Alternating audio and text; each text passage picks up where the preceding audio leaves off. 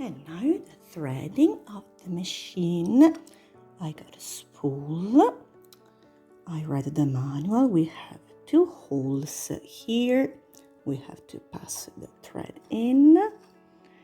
Then we have to get inside this hole. This little thing will press the thread as it sews. More thread. Then we go up here. This is to control the tension. With this little screw you can control it.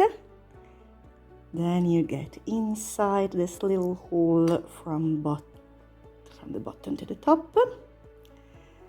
There is another hole here at the top of the needle bar. Here we are. And see this other tiny little hole? Let's get inside that. Good. Finally, we can get inside our needle. Lower the presser set so I can reach from outside towards the inside, but if you have a manual, it will tell you. And here you threaded your machine. We are ready for a little sewing test. I got a little piece of fabric. So let's see the machine in action.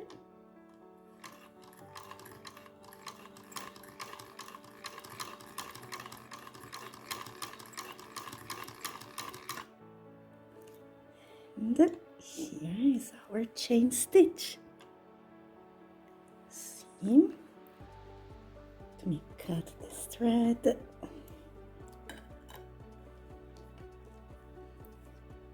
See the front. And this is the back.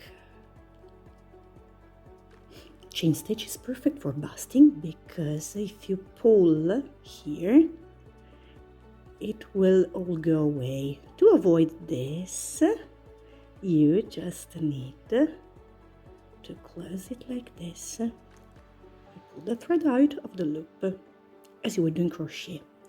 And here you have your nice little stitch. I really like the back of this. The chain stitch, I'm thinking about using it as a decorative stitch somewhere.